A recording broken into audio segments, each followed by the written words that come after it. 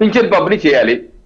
ఇప్పుడు మనం అనుకున్న విధంగా చూసుకుంటే 2.5 లక్షల మంది వాలంటీర్లు, 65,30,000 మంది వృద్ధాప్య పింఛను, వితంతువుల పింఛను, లేకపోతే వికలాంగుల పింఛను, వీళ్ళందరూ ఉన్నారు. 65,30,000 మంది. అంటే ఒక్కొక్క వాలంటీర్లు దగ్గరగా 26 మందికి ఇవ్వాలి. ఇప్పుడు 1,00,000 మంది వాలంటీర్లు లేకపోతే ఆ 26 లక్షలు 30 లక్షల మంది వృద్ధాప్య పింఛన్ వారికి ఎవరిస్తారు? ఎలా సర్దాలి? ఇది ప్రభుత్వం ముందున్నటువంటి ఫస్ట్ సమస్య. వీళ్ళకి ఎలా ఇవ్వాలి?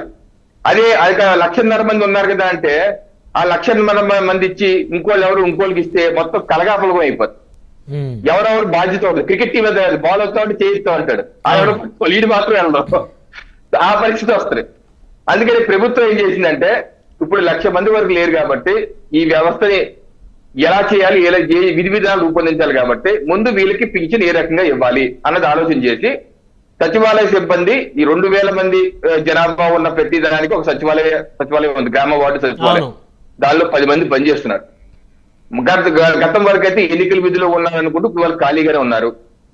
10 మంది వరకు చేస్తున్నారు కాబట్టి సగటున ఒక సచివాలయం పరిధిలో 200 నుంచి 300 వరకు ఈ సామాజిక పింఛన్దారులు ఉంటారు.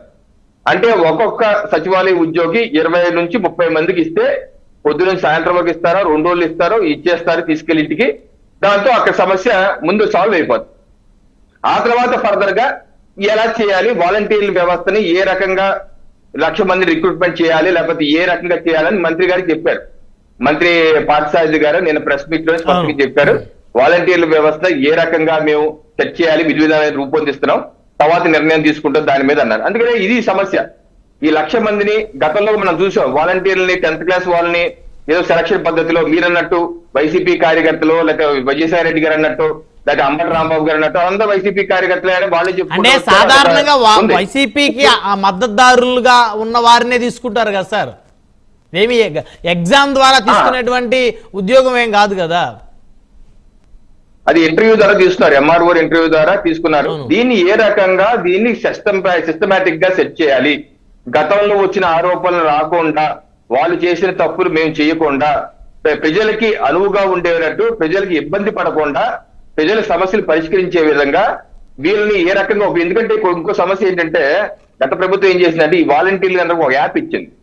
ఆ యాప్ ద్వారా ఇన్ఫర్మేషన్ అప్లోడ్ చేస్తే అది హైదరాబాద్ లో ఉన్న ర్యామ్ ఇన్ఫోటెక్, విపునాకి వాళ్ళందరికీ డేటాబేస్ లింక్ అయిపోయింది. వాళ్ళందరికీ గత ప్రభుత్వం డబ్బులు దోచిపెట్టింది.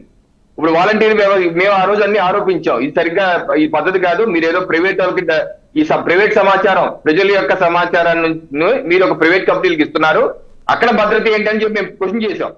ఇప్పుడు అన్ని మేము సెట్ చేసుకోవాలి కదా.